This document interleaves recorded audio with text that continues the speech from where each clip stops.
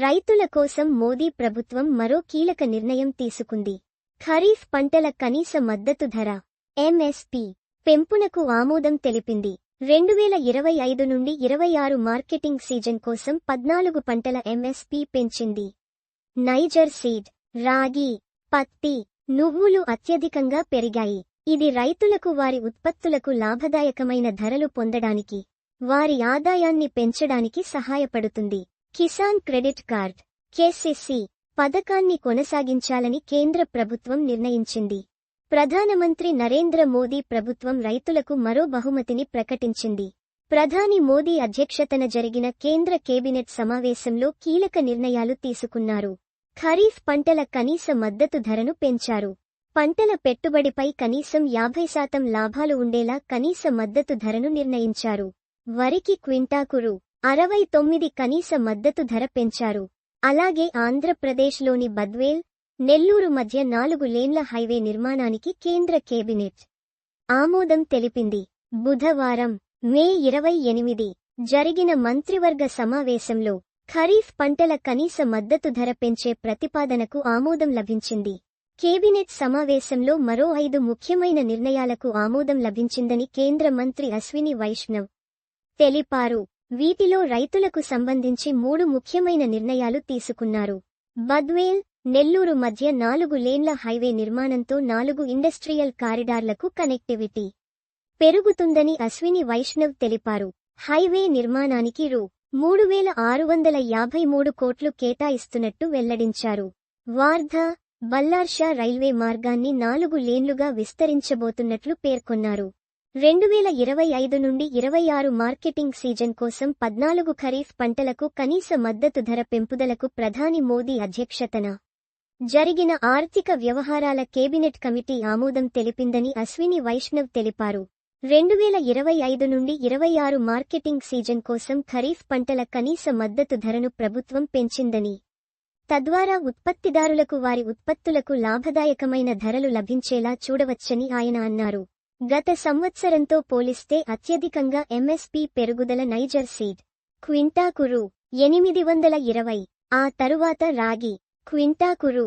596, పత్తి క్వింటాకు రూ. 589, నువ్వులు క్వింటాకు రూ. 579 ఉన్నాయి. 2025 నుండి 26 మార్కెటింగ్ సీజన్కు ఖరీఫ్ పంటలకు ఎంఎస్పీ పెరుగుదల 2018 నుండి 19 కేంద్ర బడ్జెట్ ప్రకటనకు అనుగుణంగా ఉందని, ఇది అఖిల భారత సగటు ఉత్పత్తి వ్యయం కంటే కనీసం 1.5 రెట్లు మద్దతు ధరని నిర్ణయించినట్లు ఆయన అన్నారు. రైతులు తమ ఉత్పత్తి వ్యయం కంటే ఆశించే మార్జిన్ చిరుధాన్యాలు 63%, తరువాత మొక్కజొన్న 59%, కంది 59%, మినుములు 53% విషయంలో అత్యధికంగా ఉంటుందని కేంద్ర మంత్రి అన్నారు. మిగిలిన పంటలకు రైతులకు వారి ఉత్పత్తి వ్యయంపై 50% లాభం ఉంటుందని ఆయన అన్నారు. 2025 నుండి 26 ఆర్థిక సంవత్సరానికి సవరించిన వడ్డీ సబ్సిడీ పథకం మెస్ కింద వడ్డీ సబ్సిడీ ఎస్ భాగాన్ని కొనసాగించడానికి ఆమోదం లభించిందని, అవసరమైన నిధుల ఏర్పాటుకు ఆమోదం లభించిందని మంత్రి తెలిపారు. మెస్ అనేది కేంద్ర రంగ పథకం. ఇది కిసాన్ క్రెడిట్ కార్డ్ కేసీసీ ద్వారా రైతులకు సరసమైన వడ్డీ రేట్లకు స్వల్పకాలిక రుణాల లభ్యతను నిర్ధారించడం లక్ష్యంగా పెట్టుకుంది. ఈ పథకం కింద రైతులు కిసాన్ క్రెడిట్ కార్డ్ కేసీసీ ద్వారా 7% రాయితీ వడ్డీ రేటుతో రూ. 3 లక్షల వరకు స్వల్పకాలిక రుణాలను పొందుతారు. అర్హత కలిగిన రుణ సంస్థలు 1.5% వడ్డీ సబ్సిడీని అందిస్తాయి.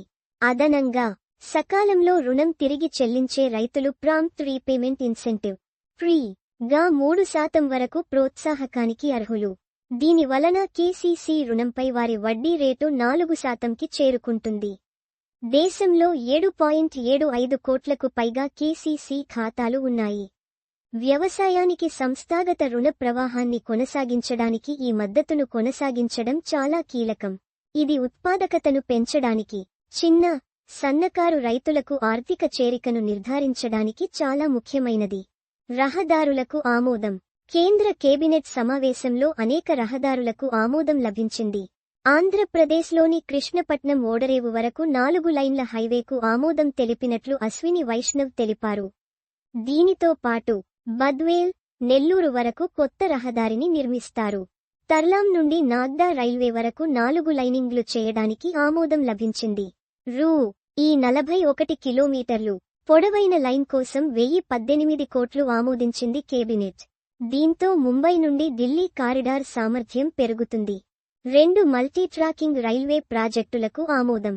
రైల్వే లైన్ సామర్థ్యాన్ని పెంచే క్రమంలో ప్రయాణీకులు, వస్తువుల రవాణాను సజావుగా, వేగంగా ఉండేలా భారతీయ రైల్వేలలో 2 మల్టీట్రాకింగ్ ప్రాజెక్టులను ఆర్థిక వ్యవహారాల కేబినెట్ కమిటీ ఆమోదించింది. రత్లాం, నాగ్దా 3, 4 లైన్లు, వార్ధా, బల్హార్షా 4 లైన్లకు కేంద్ర కేబినెట్ ఆమోదం తెలిపింది. ఈ ప్రాజెక్టుల మొత్తం అంచనా వ్యయం రూ. 3,399 కోట్లు. ఇది 2029 నుండి 30 నాటికి పూర్తవుతుంది. ఈ ప్రాజెక్టులు PM Gati Shakti national master plan for multi modal connectivity ఫలితంగా ఉన్నాయి. ఇది సమగ్ర ప్రణాళిక ద్వారా సాధ్యమైంది. ప్రజలు, వస్తువులు, సేవల రవాణాకు సజావుగా కనెక్టివిటీని అందిస్తుంది.